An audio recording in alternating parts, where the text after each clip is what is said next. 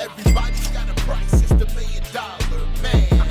Podcast in demand. Understand, everybody's got a price. $1 million man. Everybody's got a price. $1 million man. Everybody's got a pod, it's the $1 million man.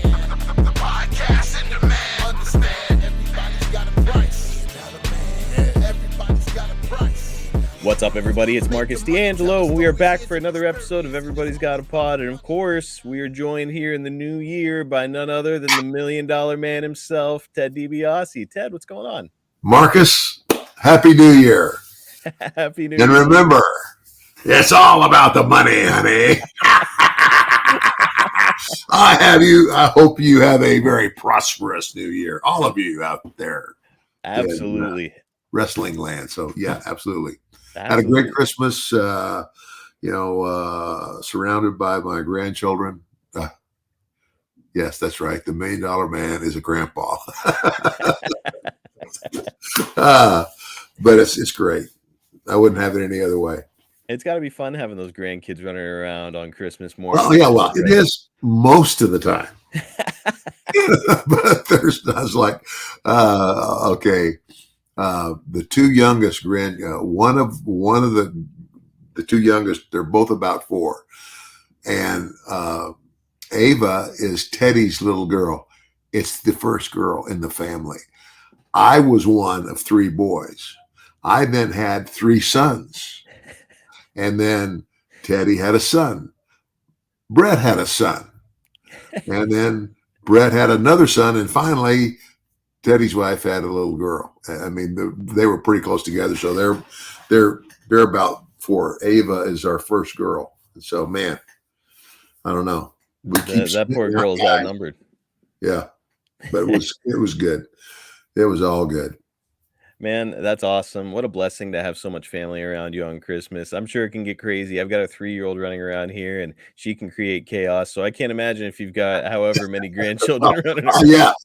I'm not telling you anything. You know. You got another one coming in February. Thing when it's your child, but it's another thing when it's your grandchild. It's kind of like, and for the most part, it's true. Except right now, 2 of my grandchildren are actually living here with Melanie and I.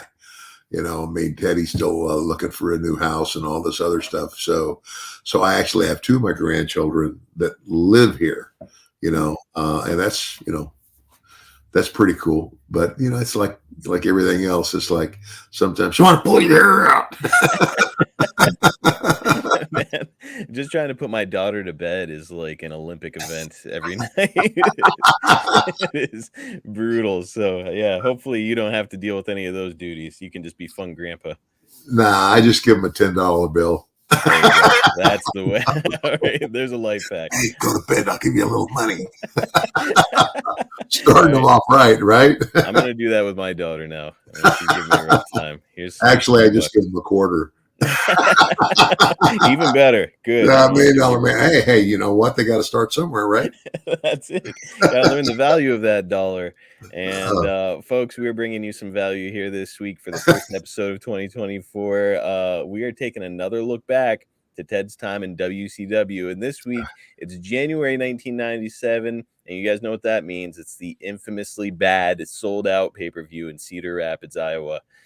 Man, I can't wait to talk to you about this one, Ted. We've got some great clips. Before we do get into them, though, I have to ask our listeners to do us a big favor before the time is up. As a reminder, our podcast has been named a finalist for the 2024 Best Wrestling Podcast by the Sports Podcast Awards, and we need your help to get us across the finish line. So if you're listening to this and you've enjoyed our show, please go to my social media or Ted's and click the link to cast your vote for us. It only takes a couple minutes, and it would be such a huge honor to win the whole thing. You can find my link on my X account at Marcus P. D'Angelo or on Ted's social media at MDM Ted DiBiase on all platforms. And by the way, speaking of supporting our show, please do us a favor and get subscribed at youtube.com/@everybody'sgotapod. We just completed 2 giveaways with the autograph figures, and there will be more in the near future. So to be eligible, all you've got to do is get subscribed. That's it. Also, without the giveaways, you're going to love what we're doing on our YouTube page. We have stories that you will not hear on the podcast over there. We drop them every week as a YouTube exclusive clip on Mondays. We also have short bite-sized videos from the podcast, which is the perfect way for you to introduce your friends to our show. Again, it's youtube.com/@everybody's-got-a-pod. Go subscribe right now. So, Ted, before we start the show, I didn't want this episode to pass by without first asking about some sad news. The legendary Killer Khan passed away in Tokyo recently, and he's a man that certainly left his mark on wrestling, both in America and abroad. I was wondering if you have any memories of working with him or being around him in general. Well, I know I worked with him. I worked with him several times here, and I think probably more in Japan. Mm-hmm. Like and probably a lot during the time that me and Stan Hansen were teamed up. I wish that I think I've spoken about that before. Had a really good deal. Bruiser Brody and Stan Hansen were two of they were the two most recognizable, famous foreign wrestlers in all of Japan. And Brody jumped ship and he left All Japan Pro Wrestling and went to New Japan. And that doesn't happen very often. Loyalty is a big thing in Japan. And so Stan needed a new partner and came to me. And he says, do you want the spot?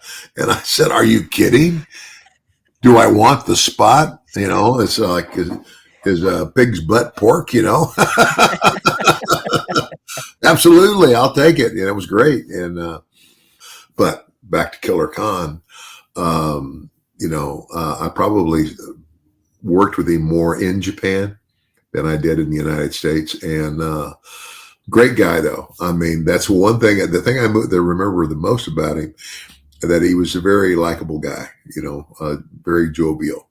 So, man, hard to get a bigger compliment than that. His wrestling legacy speaks for itself. But really, I think that the legacy that he's going to leave behind is the kind of man that he was, and it sounds like he was a great one. Yeah, he was a good guy. Well, a shame to have another loss in the wrestling world. So rest in peace to Killer Khan. All right, we can get into these notes about 1997, Ted. When we last left off, the Giant officially had turned his back on the NWO after failing to help Hogan win Starrcade 1996, and now he's on the road to a title shot against Hollywood. Now that we're into 1997, it's going to be the most pivotal year in the career of Diamond Dallas Page, which is another huge thing that we're going to be talking about this week. Page is about to embark on a career-defining rivalry with Randy Savage, but before he does, he's going to tease joining the NWO and actually shake Scott Hall's hand, put on the shirt, but then hit Hall with the diamond cutter and escape through the crowd, and the audience is going to have a massive reaction to Page. So, I mean, he is arriving here right in January at the beginning of 97. I mean, it's awesome stuff. He's just taken off like a rocket. What did you think it was about Dallas that made him connect so well with the WC audience? Well, I mean, it's like the one thing, when I first met him, he was a bartender at this bar, and great guy. And Melanie and I, we went, it's been a year or so now, but we went to his home in the Atlanta area, and we stayed with him for a week, and we started DDPY yoga. What do you think of it? It's great. It's great. And I need, and now a New Year's resolution is to get back on it. All right. Because I got a little lazy. I mean, 17 days, I'm 70 years old. What do you want?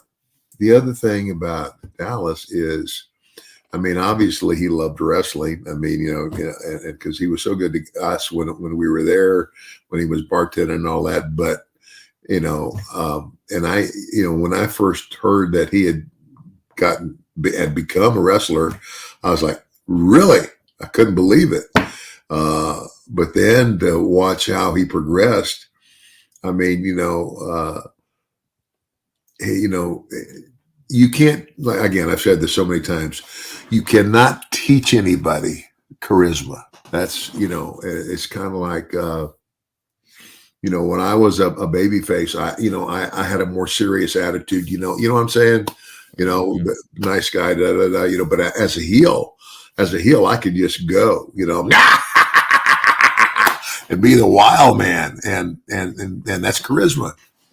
They always say it's like you turned up to 11, right? And that's what you became whenever you became the $1 million man and this Yeah. over the top, outrageous heel. Yeah. And it's funny because Dallas has mentioned before that when he was coming into the business, he just wanted to be Dusty Rhodes. And so like you could tell that he kind of borrowed a lot of Dusty's rap. And it's just interesting because you kind of see like it's like there's the coaching tree in wrestling. There's also like the sort of like promo tree of like guys who were inspired Oh, by guys like yeah. Yeah. Billy Graham was inspired by Muhammad Ali, and then he inspired Dusty Rhodes, who then inspired guys Dust like the Hogan. road, they funky like a monkey. He flip, flap, and fly. We all, brother. So all these guys are borrowing from each other, but then making it their own, and it's like Yeah. DDP just had it right. Yeah. And again, I mean, and again, and I was like, I think guys, it's like, and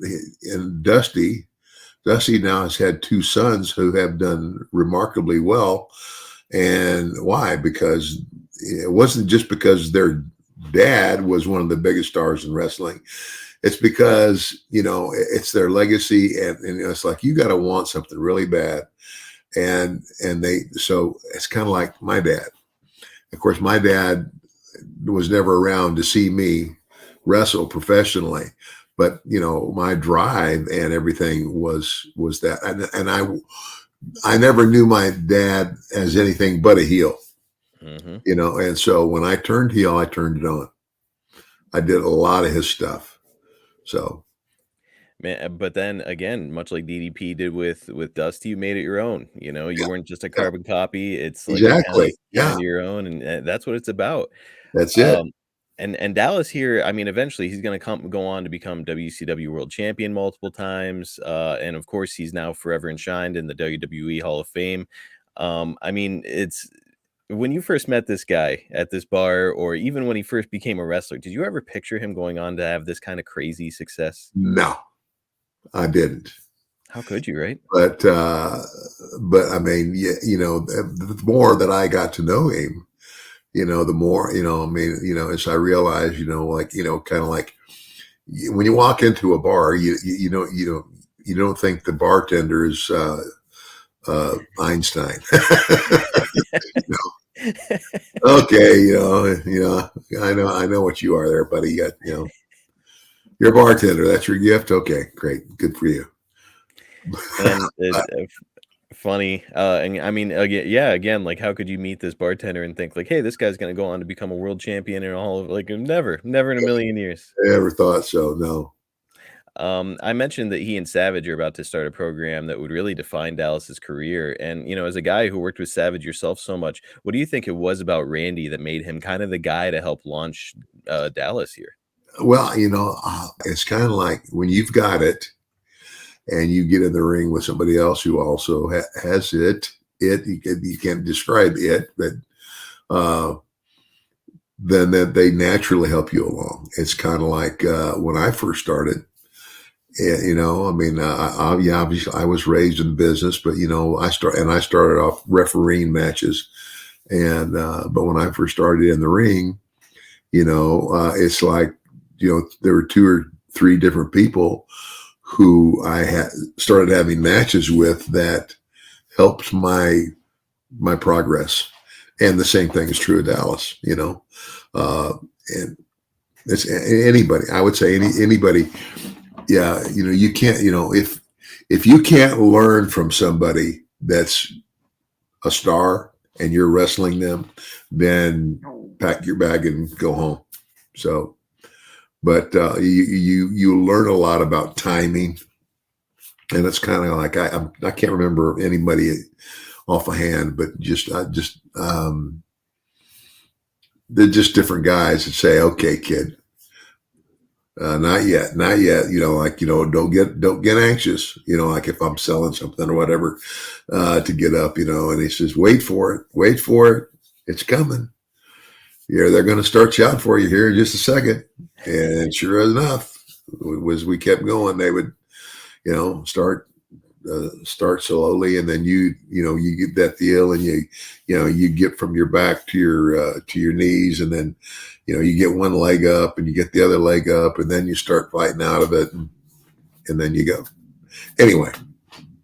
And that kind of stuff is so fascinating to me, where it's like, this trade essentially that's just passed down from person to person, and maybe you take a little something from one guy in one territory, something from another guy in another territory, and you eventually shape yourself as a performer.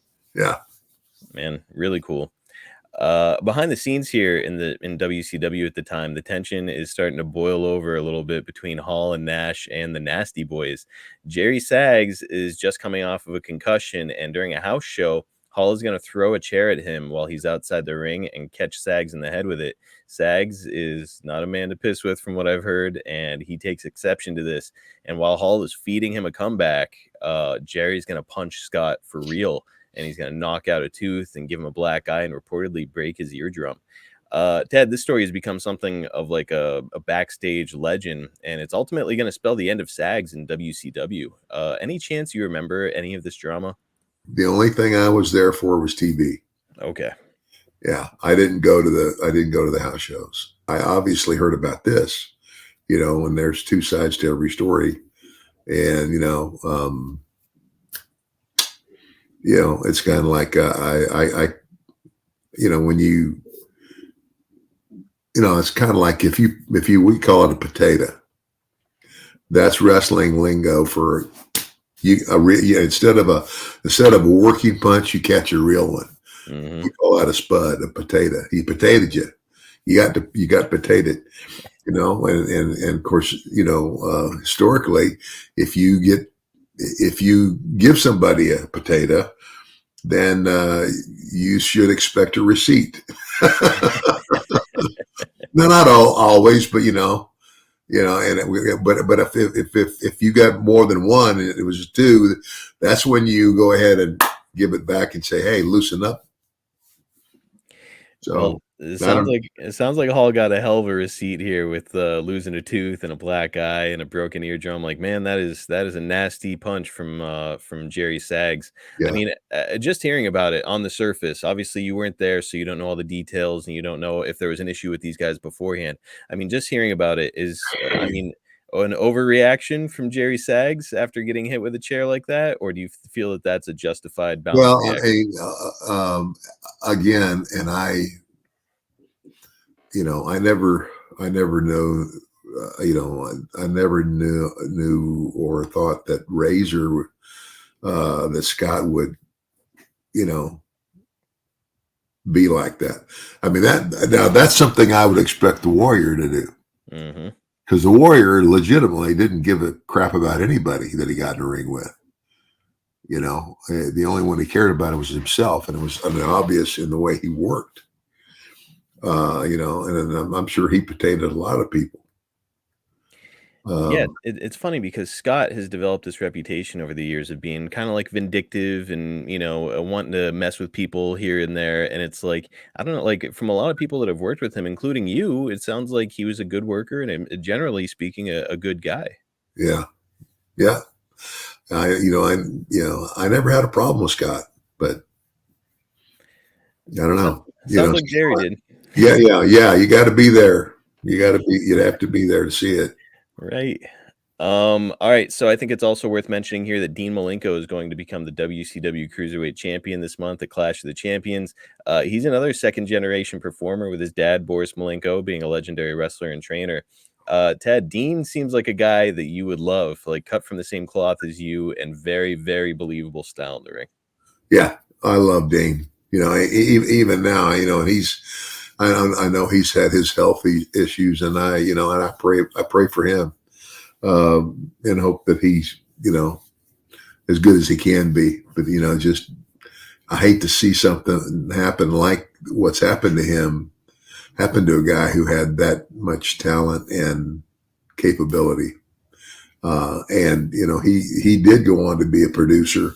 And I said, I had a conversation with him one time. I said, brother, I said, God bless you for doing what you're doing. I said, I couldn't do it. Actually, this year as well, in 1997, Dean Malenko, incredibly, is going to be named the PWI 500 #1 wrestler in the world. Ted, when you would get rankings in Pro Wrestling Illustrated, did it ever mean anything to you? Like, was that something you took a lot of pride in? No. Sometimes they were pretty good, and sometimes it was like, if you're not in the business, you don't really know the business. Mm-hmm. So anyway. So even when you got a high ranking, you were just like, yeah, it doesn't really mean anything. Yeah. I mean, it's, it's kind of like if it's sports writer, that's, it's not, there's nobody in the business voting for that. This is not based on votes by wrestlers. Like, who would the wrestlers vote as the #1 guy? That's a good question. Like, probably whoever drew the most money would be like the consensus among the wrestlers, right? Like, hey, this guy's the most successful wrestler because he brought the most money to the business. Yeah, that would be my guess. And again, like everybody's got a different style of wrestling, and it's kind of like, well, that's kind of like everybody said, well, Hulk Hogan wasn't really a great wrestler. Well, he was great because he understood his character. He understood, like he was he was not a normal sized guy. You know what I'm saying? He's a big guy. He's a big, a big guy. It was okay. Even better, Andre the Giant. Well, you're not going to see Andre the Giant out there doing arm drags and fireman's carry. It ain't going to happen. You got to understand where you fit and how your character fits into the whole scheme. Andre was not like a Dean Malenko here. He wasn't going to be doing any of that stuff. However, he knew his role and he knew how to be his character better than probably anybody. And again, to Andre's credit, Andre knew how to take somebody. I mean, there's nobody that he got in the ring with that was as big as him. So he always had to, obviously in the beginning, anybody that ever wrestled with Andre, the first thing that anybody has to put over is his strength. It's like you try to get a hold on him and he would just power out of it. And, you beat up on him and you try to turnbuckle him and he ain't going to go. He ain't going to go. He's going to pull you back and, give you a big chop and then send you sailing across the ring. It's all about knowing how to work within your character. And man, you want to talk about the other end of the spectrum. Dean Malenko, I had the pleasure of being around him. I think it was last year, and I go 5'10", and I was bigger than him. He's not a big man, but yeah. he was just such a technical marvel out there. I mean, he's kind of that's it. And Dean knew that. He knew, and of course, again, here's a guy who came from a wrestling background, who understood, his role. If I'm going to be successful, then I'm going to have to impress people with the moves, and like you get the people to go, oh wow, did you see him do that? Wow, unbelievable. He was too. I mean, some of the stuff that he would do with like Rey Mysterio, Eddie Guerrero. I mean, the names go on and on. He was fantastic. Yeah. All right, let's get to the pay-per-view itself. It received an absolutely insane 97% thumbs down rating from the Observer subscribers. And once we start getting into the whole thing, Ted, I think we'll understand why. The idea here is that Sold Out is an NWO pay-per-view put together by Bischoff and the Renegade Group as they take over WCW. So one would think it would mean that the NWO is going to be arriving in style, right, in limos and brought to Cedar Rapids on Lear jets. That's what kind of makes sense. But as it turns out, that's not quite the approach that things took here. Let's have a look at our first clip this week.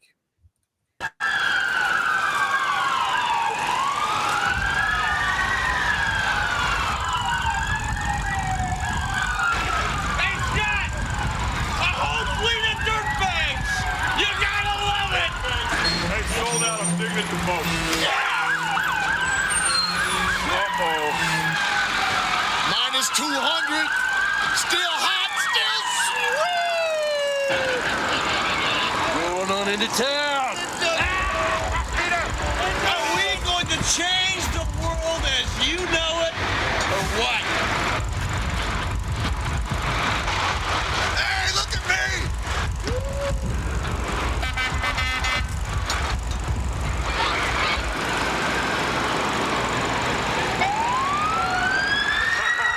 Check it out. It's almost time. NWO sold out. You asked for it. The people's choice delivered.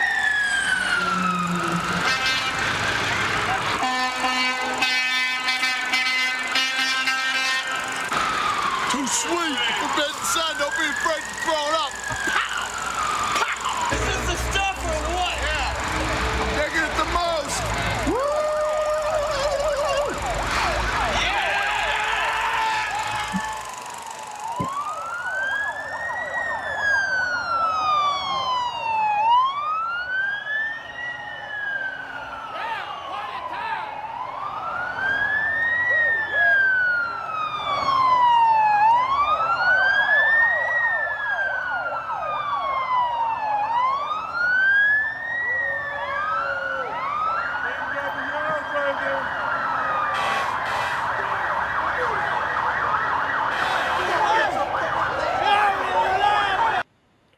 All right, so there's all the guys entering the building there. Ted, you guys are arriving because you were there. We didn't see you on the back of one of those garbage trucks, but you guys are arriving on garbage trucks in the freezing cold January. They're on the garbage trucks. I'm in the limo.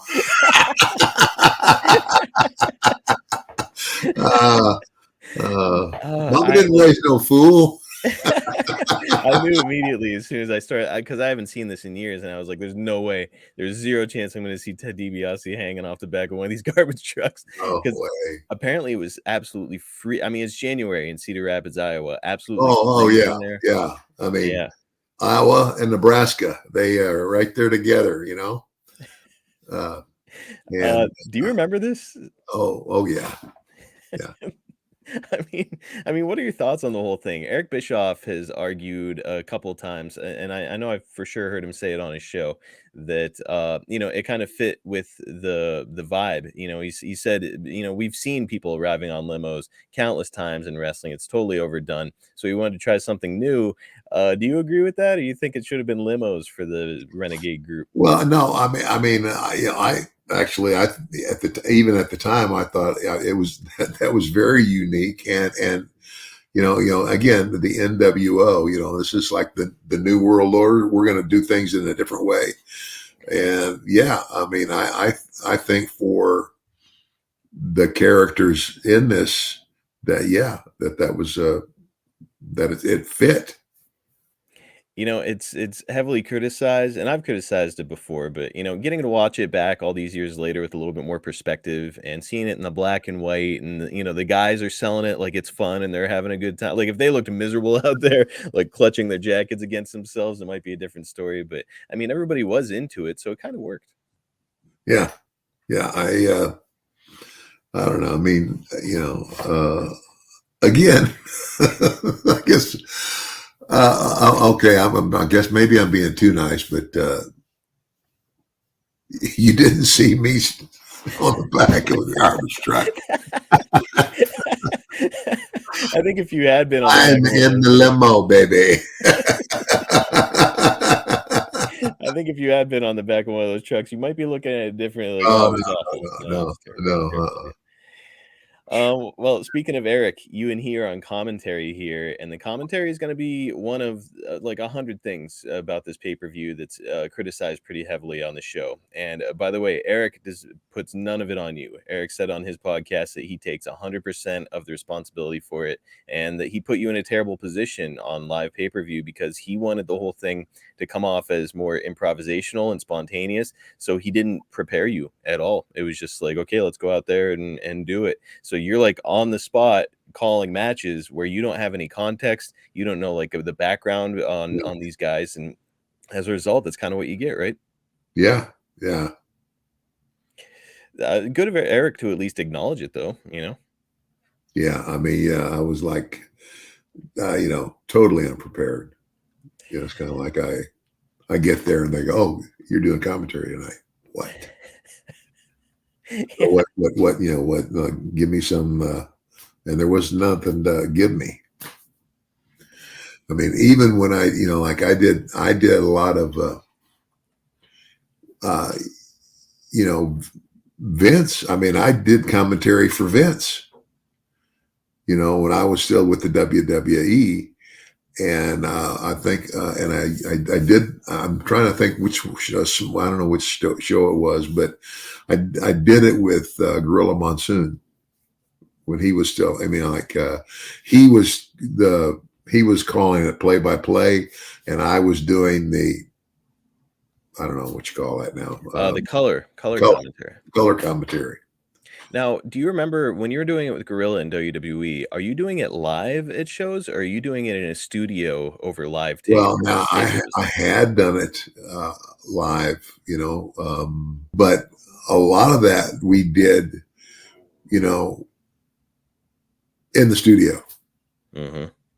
In other words, we're in the studio. The show that I'm not doing a live show, but these are shows that people are going to see. But the commentary is we're actually watching the show as we're doing the commentary. And it's a whole other thing when you're doing it live in person and anything can happen, as opposed to like you already know what happened and now you're just doing a voiceover for it. Yeah, whole other vibe.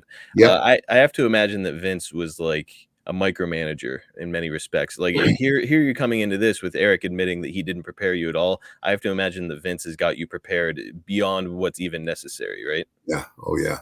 Yeah. Yeah, I've also heard about him getting in people's ears when they're on commentary, where Vince will be on the headset, and if you say something like he infamously hates pronouns, like doesn't like when you refer to a guy as like him or her. Like if you're gonna talk about somebody, you got to say, "Well, Big Daddy Cool Diesel just slammed him." You don't say he slammed him. Now, do you have any recollection of Vince kind of micromanaging or producing you heavily when you were on commentary? Not really. Not really. I mean, again, because a lot of the commentary I did was not. It was kind of like it wasn't a live show. It was this is like the weekly show, like SmackDown, or I don't know. That we did, but I know I did it all with Gorilla Monsoon, and and he would critique me. And as I go, but and the commentary that I did at Survivor Series, I was with Vince. Oh, so he couldn't be in your ear. Yeah. I mean, and based on what I did at that show, that's why he said, "Yeah, you know what? I'm gonna." That's what So that's when I started doing color commentary with Gorilla. So well, and thinking I back must on have done something right. thinking back on it, you were great at it. It's just like again, not your fault here. What was happening? You just were not prepared at all, and all of a sudden you're thrust onto live pay-per-view. That's a tough spot. Yeah. Well, so Eric admitted that, but he also said something else that was interesting on his podcast with regard to you. He said that if he could do it over again, when he brought you into WCW, he wishes he would have brought you in as a different character. And he says that the Trillionaire Ted thing and playing off your character in the WWF was a big mistake. Do you agree with that? That maybe it would have been better to bring you in with a different character, maybe closer to who you were in like Mid-South? Well, I don't know. I don't know because, what about the other characters? Diesel and Scott, and were they a lot different than what they were? They were. Yeah, it's Scott went from being like, the what was essentially applied to be a Cuban drug dealer to now all of a sudden, he's just kind of like this cool, almost like a biker gang type guy. Same thing with Kevin Nash. Hogan has gone from being the Hogan we all knew in the WWF to now he's Hollywood. And you're here as essentially the $1 Million Man. They're just calling you Trillionaire Ted. So I don't know. I think an argument could be made both ways. Yeah. I can see that. I I can guess see that. I don't know. It's here's like an interesting thought, and obviously it's all these years later, so we're kind of like Yeah. fantasy booking it. But like you being part, even as a manager, and having a loaded glove on your hand with a little bit more of a biker vibe, and being able to use that, like load your glove and punch people for a finish. I think that could have been fun. Maybe you're right. Maybe Yeah. I have something here. That should have been NWO Ted. Dang, I wish I'd have thought of that. Well, most of the matches on this pay-per-view are very unremarkable, but there are a few big exceptions. Chris Jericho takes on Masahiro Chono to open the show with a really strong match. Hall and Nash have a nice match here with the Outsiders, and the Outsiders are going to drop the belts, so that's a pretty memorable one. But the match that everybody should go out of their way to see is Eddie Guerrero versus Sean Waltman, who's wrestling here as 6, and they're in a ladder match for the U.S. title that absolutely steals the show. It's an incredible match. Ted, we have not had a lot of time to talk about Eddie Guerrero here on the show, and this feels like as good a time as any. What can you tell us about your experiences with and around Eddie? Uh, I loved Eddie. Eddie also came from a wrestling family. I mean, his father was the promoter of wrestling in El Paso, Texas. And his brothers, oh my gosh, I mean, it's just a family of wrestlers. I tell you what, they were all good. Mm-hmm. Every one of them were very good. And Eddie, but Eddie had Eddie was just an all around nice guy too. And he went way too young. And kind of in the prime of his career, he had really started to achieve his biggest success in WWE, and then I mean, just passes away, at a tragically young age. So it's a shame because Eddie had given a lot to wrestling, and it's like he was not near done yet. He still had a lot left to give. Oh yeah, he was. I mean, I wouldn't even say he was midway. No. He had a lot more to give. A lot more to give. Great guy. On paper, he could still probably be working at a high level today with how skilled he was. Yeah. Yep. Ted, I've also got to ask you about ladder matches while we're here. Have you ever been in a ladder match? No. Never was in a ladder match and never wanted to be in a ladder match.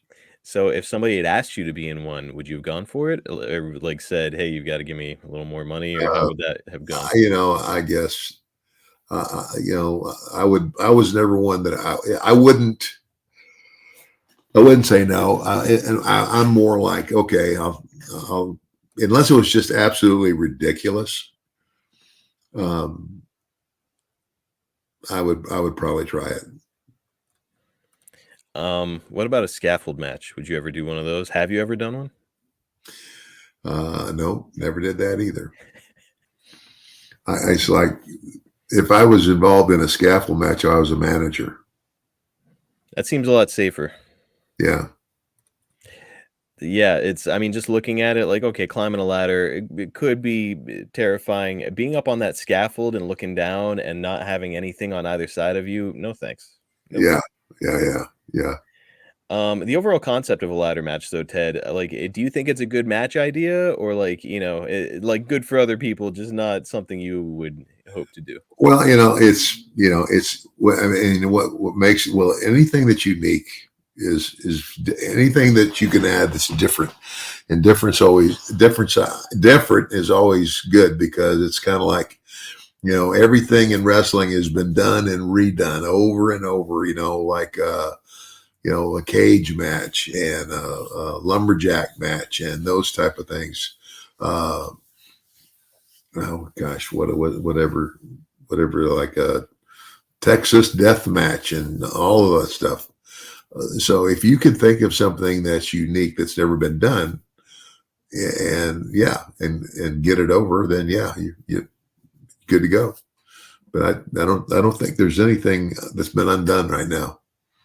Of course, as I say that, then they'll think of some new ridiculous thing like, okay, let's have a parachute match.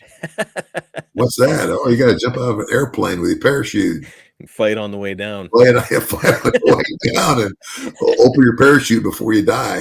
I think we just gave him some ideas, Ted. Somebody's going to do this match now. You lose the match if your parachute doesn't open. Yeah. Yeah. Let's get to the part of the show that I know a lot of listeners have been waiting for. Over the course of the show, we've been seeing contestants for the Miss NWO Beauty Contest. Eric said on his podcast that he wanted to do something different. So instead of bringing in some really attractive strippers or actors or whatever, he brought in what he referred to as trucker women. So these ladies are not exactly beautiful in the traditional sense, which again kind of makes it seem like being part of the NWO maybe isn't quite as cool as it originally appeared.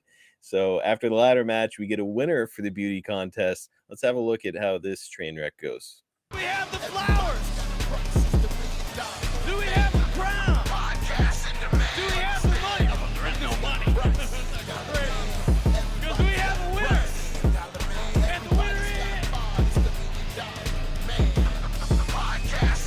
The winner is the new Miss NWO. Make your money, tell a story. The Cedar Rapids chapter. About the money right now, you can hear it. Ted DiBiase, obvious.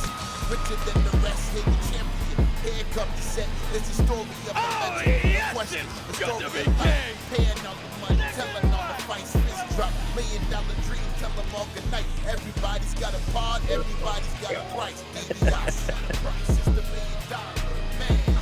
It's got to be king. Understand, everybody's got a Wow. price. $1 million man. I can't believe that I forgot that. You probably blocked it out intentionally. That probably was one of those things that I never wanted to remember. Oh gosh, that was horrible. Oh, just I mean, awful. And that's your commentary partner on the show. It's you and Eric Bischoff on commentary. So that means that you probably had to sell it and act like it was, a great thing. And oh my gosh, Gosh. just hideous stuff. At this point, you've got Eric Bischoff making out with this woman on a show. You've got like things are not going right at the show at all. There's just so many errors along the way and just flubs. Like there's also a Mexican death match at the start of the show that didn't feature anybody from Mexico in it. It was like Big Bubba and Hugh Morris in there. Like it was just the show is a mess. But at the time, it felt like it was a little bit too hot to fail. Would you agree with that? Yeah, I don't know. Yeah, it was yeah. Yeah. If anything can save the show, Ted, it's the Dallas Cowboys. We're at the main event, and Hulk Hogan is going to take on the Giant with the WCW World title on the line, and Hogan is accompanied to the ring by some very special guests. Nate Newton, George Teague, and Ray Donaldson of the Dallas Cowboys are here with Hulk Hogan. As a reminder, this is just a year prior to these guys winning the Super Bowl. So it's a really big deal to have them here in WCW. Ted, I know that you're a huge Cowboys fan like I am. Do you remember being around these guys at all? Well, not at all. I just remember meeting them, and I was thrilled to meet them. But yeah, it was cool. It was cool. I mean, especially with you being a former offensive lineman yourself, and now here's like these guys from the offensive line and George T, who played on the defense. But it's, I mean, just really, really a cool thing. And yeah, I mean, it's this pay-per-view flopped in a lot of ways, but man, anytime you can get the Dallas Cowboys on your pay-per-view while it's an active season, that's a pretty big deal. Yeah, that is. Well, if the Miss NWO thing didn't kill consumer confidence, it wasn't for lack of trying here. It sold out because the pay-per-view main event is going to go to a no decision between Hogan and the Giant. I know I wouldn't be really happy if I purchased this pay-per-view and it went to a no decision in the main event, but I guess I can see the logic in trying to kick the can down the road a little ways between the Giant and Hogan. But what's your opinion, Ted? Do you think that there needs to be a definitive finish on pay-per-view in the world title match? I would say so. I felt the same way. It's kind of like, maybe it fits for something they're going to do later, but when you have a major main event and it's a pay-per-view event and people have, paid their good money to watch the pay-per-view, which is what it is, or there in person, then, you need to give them their money's worth. And you either the champion wins or he gives up the title. That's the way I see it. It's got to be a winner or a loser. The babyface doesn't have to go over. Like the heel can win, or vice versa. Like it doesn't matter. Just give us like an actual finish as Well, yeah, opposed because the baby face goes over, everybody's happy, and you go on, and then you get a new heel ready for that baby face. Mhm. Or the heel screws the baby face at the pay-per-view, and now they have the opportunity to go have another run and have several more clashes to the next pay-per-view. But ultimately, that baby face has got to win. A lot of people in the audience were dissatisfied, but we're going to make sure that our audience is satisfied next week. We are going to continue the story of Ted's time in WCW next month, but next week we're taking advantage of Royal Rumble season by discussing Royal Rumble 1989 from 35 years ago. Mr. DiBiase here is going to try to buy his way into a later spot in the Rumble, and he's going to bump into Big John Studd on the way. We'll be talking about all of it.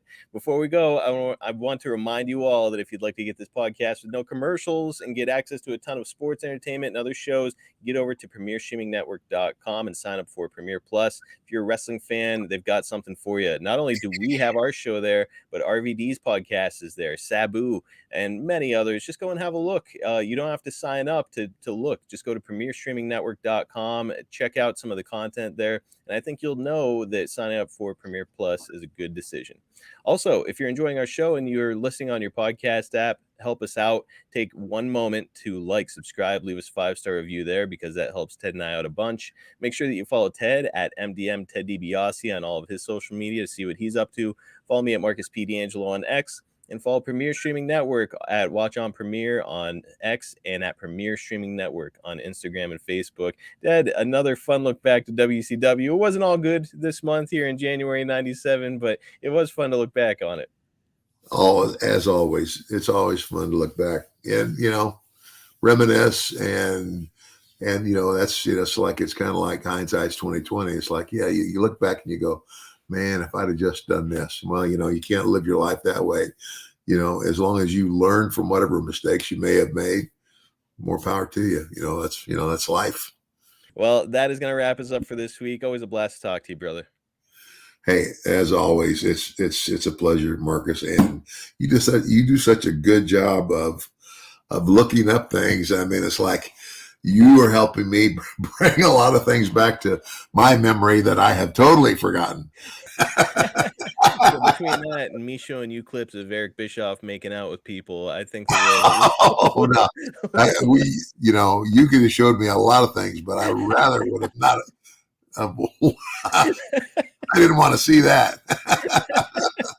So I'm bringing the memories, even memories. That was not ugly. That was oogly. Well, I still had fun with you as always, my friend. All right. Hey, and as always, remember, everybody's got a price for the $1 Million Man. We'll see you guys next time right here on Everybody's Got a Pod.